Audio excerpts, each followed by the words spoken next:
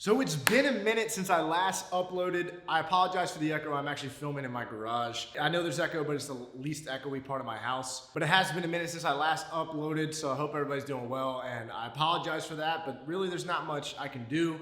I'm not interested in making content outside of racing. I thought about it. I thought about maybe doing other stuff, but everything else just seems boring to me. But over the time frame that we were gone, we hit 40,000 subscribers and we're getting close to 50,000 subscribers, so I do appreciate that. I think I'll probably put together a video if we hit 50K. And it's always been a dream of mine to become a YouTuber. Not that I am one, but you know, we're moving along the way and we're hitting subscriber goals that, you know, 15, 16-year-old me would just be going insane for. But I didn't want to just brush over that. That's a huge accomplishment and a lot of people would kill for that. I would kill for that. And I'm just really happy that, you know, the channel's grown to the size that it is. It's a lot. I still talk about it like I upload every single week and I miss it. I really do miss it. So if you've been following the channel, I ran a race in February. My team fell apart for whatever reason. And then come March, Scott Lang and Dustin Storm gave me the opportunity to come out and test at Dominion Raceway for the big Dickie Boswell race. And that was the week before the race, and I wasn't too sure. I was kind of like down in the dumps about the team falling apart, and I was really looking forward to running the cars tour, so I almost didn't even do the Dominion race, but they kept asking me, come test, come test, come test. So I went out and I tested. We were really good, and I just immediately had that itch again. And they really weren't charging me much compared to what I had been paying. So I went out and I ran the race, and if you haven't seen the video, I'll put it right here. Spoiler alert, we won the race, which is pretty crazy, and I honestly consider it to be the biggest win of my career just because, you know, the uncertainty was insane, and after that happened, I was like, you know what, even if I can't run the tour race, at this price, I'm comfortable, I'm gonna go run the whole Dominion season. It was really in my mind. I thought about it for a week. I think it was only a week before we went back to Dominion, and I was like, you know what? If we go out here and we have a good showing during these twin nights, and you know how much I hate twins as it is, and if you don't know what twins are, it's when you race twice in one night. I was like, I'm gonna go back out here, and if we have a good showing, you know what, then we'll think about doing the full season after that. And now keep in mind, they're not charging me that much compared to what I had been paying before. So I get back to the track on Friday, and we're really fast again. We have decently old tires, and we're probably the fastest car on track by like a tenth or two. And I'm like, you know what, this is fun, because like the twin races, there's no conservative, there's no nothing. If you have the fastest car, unless some BS happens, you're gonna win. And that's kind of why I don't like the twins, is because I feel like there should be some driver input. And yeah, you're driving the car hard, but there's not that much opportunity if you don't have the fastest car. Like if you don't have the fastest car, probably 80% of the time you're gonna lose. But with the bigger races and stuff like that, you can give some and take some back at the end, and there's a lot of games to be played. That's why I like those, but I'm out of it anyway. So we go to do these twin races the next night. I think I qualified second or third or something like that. I don't actually remember because I never uploaded the vlog.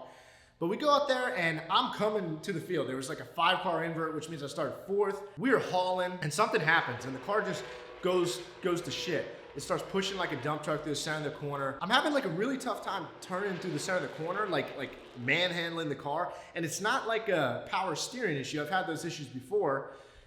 So I think I finished third or fourth. Honestly, I might have even finished fifth. Like we dropped like a rock. It was pretty bad. So we come in and we're trying to diagnose what happened. We can't find anything. We're like, what happened? Like I was coming to the front and within a 2-lap span, I was dropping like a rock and I didn't know what happened. I was like, I didn't get tired. Like it didn't feel like it felt like the handling went away, but it was more than just like tire wear, you know? And lo and behold, we cracked the right front clip just racing the car. So then this cheaper race just turned into a $14,000 expense. And I was very mad at myself, so I didn't even upload the vlog. I was pissed. I was like, why am I even here? I've won this championship twice. And yeah, I wanted to do it to stay warm, but it's like the risk versus reward is not that much. Just because you were running like a cheaper thing, these cars are still expensive. So even if that didn't happen, there's a chance to wreck. Like all this other stuff could have happened that would have just cost me so much money. And I was in the process of buying a house, or I just bought a house. I'm not sure which it was. But I was just pissed. And I was like, dude, I'm done. I was actually so mad at myself that I let myself spend that much money on a race that I just did not really give a shit about. I would have been okay watching it on TV. There was a point for about a month and a half where I was perfectly okay with never uploading again, never racing again. And this whole time I had the money to go racing and I just chose not to. And I say chose not to, but again, I was also weighing some options. You know, some of these teams are getting ridiculous money. Like I'm not gonna air somebody's stuff out there. I'm sure it's out there somewhere. I can't believe how expensive racing has gotten, whether it's your local racing or the Cars Tour. It's absurd. Like, it's no longer like a grassroots thing. And this comes with the price of it getting popular. And honestly, if you're looking at it, I would take part of the blame, because really, until me and Landon started making videos, nobody was even documenting this stuff. Only the big races like Martinsville, and occasionally, a big race would get streamed on a track's website. Like, there was never insight to the sport the way that there is now. And now you have the Cars Tour, and every single track is streaming on Flow, or Dominion streaming on their own site. Like, everything is televised. It was never like this before. And that's obviously not me saying I single-handedly blew it up or anything, but I played my role in this getting to the point that it is now. And I'm proud of that. I'm proud of where it is now. And even during the span of while, I'm like, I don't want to race. I was still watching. I was keeping up with everything. But here's the problem, is that while I was watching everything, I turned into an armchair quarterback. I would watch stupid shit happen on the track, and keep in mind, I do stupid stuff sometimes too. Side, God damn it.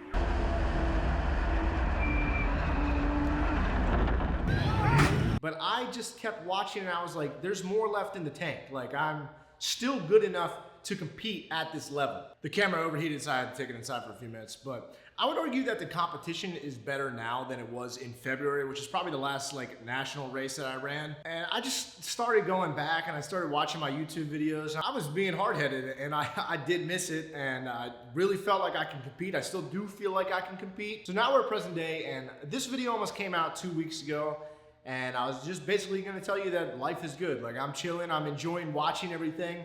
I'm happy. I've been texting with a lot of the drivers. I'm happy that the sport has grown to the heights that it is. I've been enjoying watching in the sidelines as much as I feel like I could still be out there with everybody. But that's not what this video is. That's not what the thumbnail is. That's probably why you clicked on it. So now, before we get back into what this video actually is, let's backtrack a little bit, and we'll go back to March. So March, a couple weeks after my team had just officially fallen apart. I'm not sure if my video had came out yet. I went to Citrus County Speedway to watch Steve Zacharias' son, Owen Zacharias, run a Bandolero for the INEX Nationals. And also later that weekend, I was looking at houses down here in Florida. And the team that he was running for was AK Performance. And I've known Kendall for a long time. And I actually used to pit next to him at the summer shootout when I was a kid. And I got to know him just a little bit when I was racing at Florence last year for the national championship, because I was constantly racing against his guys. I was kind of shopping around. I was talking to a bunch of different teams at that time, and then I talked to him because they run really well at Florence, and they ran really well at Carteret. And I just, asked him some prices, and his prices were good, and they're in my range. And I was like, all right, man, I'll keep in touch. So I never really talked to anybody until about the 4th of July. I talked to him, and I talked to a few other teams, and I actually texted Kendall. And I was like, hey man, I'm interested in running for you. Have the prices changed at all? Can we work together? I want to get some stuff going. And he never replied. So I was like, well, whatever. The one team I was looking forward to potentially running for is, it's not going to happen now. So I texted Steve, because I got his number through Steve Zacharias, and he shoots Kendall a text. Kendall shoots me a text 5 minutes later. So Kendall texts me back and said, hey man, don't forget about me. I was looking for a car. So I think we could make things work, and things progressed. And now I'm going to be returning to racing for at least 2 times this year. This weekend, I think you're going to be seeing this on a Thursday. I'm going back to Florence Motor Speedway, and I'm going to be running twins. So I'm super excited to be running a race with AK Performance. So my camera keeps overheating, so I'm going to wrap this up. But I did say I'm going to be running a second race with AK Performance. And that's going to be the Cars Tour race at Florence on the August 30th or the 31st. It's one of those days. Literally the weekend that I jumped on Tyler Hughes' car and I got the AirDoug name was, I think it was the week before the Cars Tour. And I was supposed to run the Cars Tour in 2020, and I didn't have a car, or actually I did have a car, but it wasn't ready. And I wanted to come back in 2021. I had some issues, and then I didn't do anything 22 or 23 because I was doing the national championship. Looked like I had it on deck for the entire season this year, and then it fell through. So this will be my first race since Dominion in 2019. I did run the Cars Tour there. And prior to that, I ran a half season in 2015 when it first started. So I'm super pumped. I'm super pumped to throw my name into a mix. It's going to be at a familiar track. Look, I don't know if this is going to lead to anything after this race. I don't know about anything else after the 30th, all right? I have some goals in my head. I still have one car left. I have a brand new car that never got finished, but it's getting finished up now. I did sell the red Ferrari, and the black car's been sold too, so now we're down to one car. So I'm trying to go run somewhere else, not with my own stuff, not necessarily with my own stuff. I'm super pumped to be back. I hope this video still gets views. I hope there's still people out there that actually care about my racing career. I know I still get tweets and stuff about when people do some dumb antics on the track and they're reminded of me. But look, man, if you stuck around to this point in the video, I really do appreciate it. I'm looking forward to coming back. Kind of just using this twin race to shake off some rust, to go out there and practice. I'm looking forward to meeting everybody. I'm flying down to their shop tomorrow to get fitted for the seat, just to meet everybody. Because I honestly know Kendall. I don't know anybody else on that team. So I'm looking forward to it. I'd say it's good to be back, but I'm not really back. You know, I'm just running some races, and if this develops into something else, great. If not, dude, I'm happy to come back and just run a few races. So, but like I said, I don't know if this is gonna develop into anything else, so I'm not making any guarantees. There's honestly been no conversations about what takes place after this. All right, this camera keeps overheating, so I'm killing the video here, but I look forward to seeing some familiar faces back at the track this weekend. Thank you to Kendall for the opportunity to come race in his equipment. I've never done this before. I've never ran anybody else's stuff, so that's the only thing on my mind. It's like, man, it's going to be a different race car than I've ever driven before, so I just got to get used to that. So hopefully we have a productive Friday and a fun day on Saturday. I'm looking forward to being back. Appreciate you guys sticking around this long, and I'll see you guys later.